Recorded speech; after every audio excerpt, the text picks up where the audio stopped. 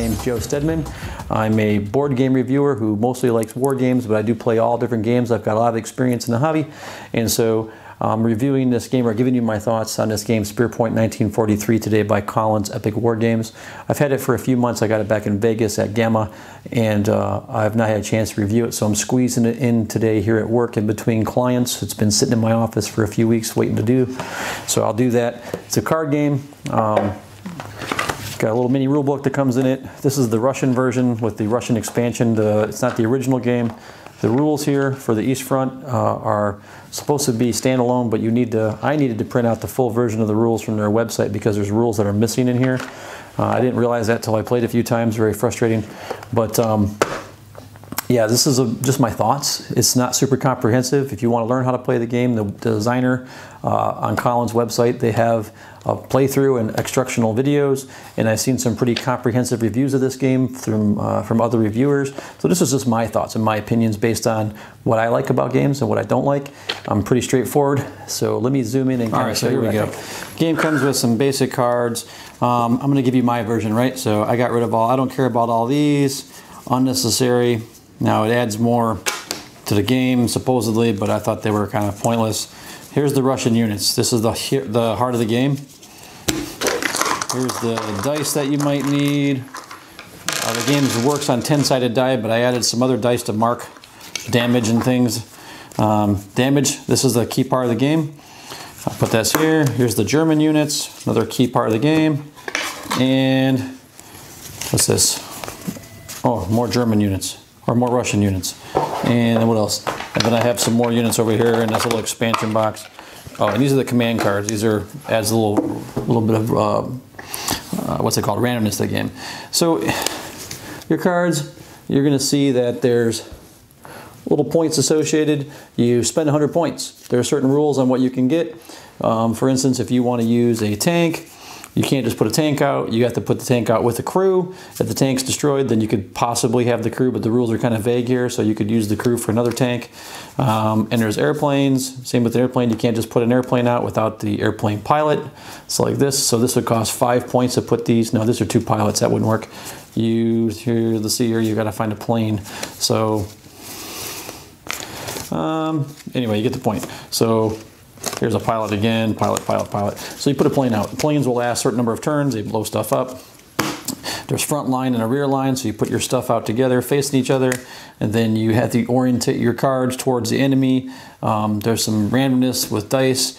You roll, you try to hit based on the different weapons that are on here.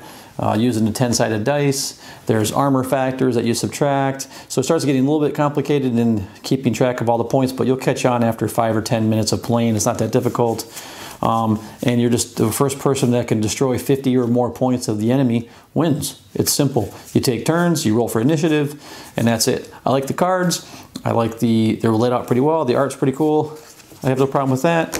These command cards, each person has command cards that you can draw and you start with. That add a little randomness, let you break the rules somehow, dig in, more defense factors, take the initiative, remove damage. Speaking of damage, this is one of the things I do like about the game. Anytime a unit takes half or more damage, they flip over the top card and looking at what it is, a tank or infantry or an airplane, and you see what happens. They're random, so every time it's differently. So, for instance, if this was a tank, remove defensive bonus cards if that was the damage it took.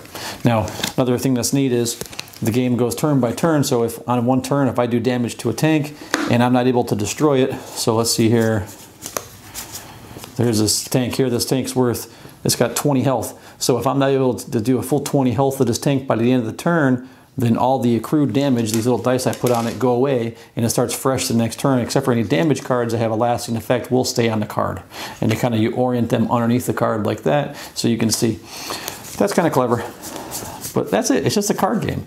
Simple. Play your cards. I play my cards with aim in front of us. There's some strategy to how you play your cards and how you draw and how you build your deck. You can have a whole bunch of cheap stuff or a few big things, but you can lose quickly. It's very random as far as the dice go. And that's what killed me about this game personally was, as a ASL player, I got frustrated with a few of the card combinations and how easily some units were defeated, or etc., etc. All right, there's my review of the game. Just a reminder, these are just my opinions. I appreciate a lot of things in different games, a lot of aspects of games, but I'm very blunt. That game, I appreciated the effort that went into making it. I appreciate what the game's trying to do. But to be honest, it's probably not going to see any game time at my house. Not enough depth to it to play it seriously as a World War II card game. I would rather teach someone to play a game like Up Front. So there you go. So beautiful game. It works, but it doesn't feel anything. I just don't feel it. But there you go. Thanks so much for watching the Dice Tower videos. Find more great videos and reviews, as well as our top-rated audio podcast at Dicetower.com. You can also find other great shows at Dicetowernetwork.com. I'm Eric Summerer, and you've been watching The Dice Tower. The Dice Tower is sponsored by Cool Stuff Inc., where you can find great games for great prices. Cool stuff in stock. Check them out at CoolStuffInc.com.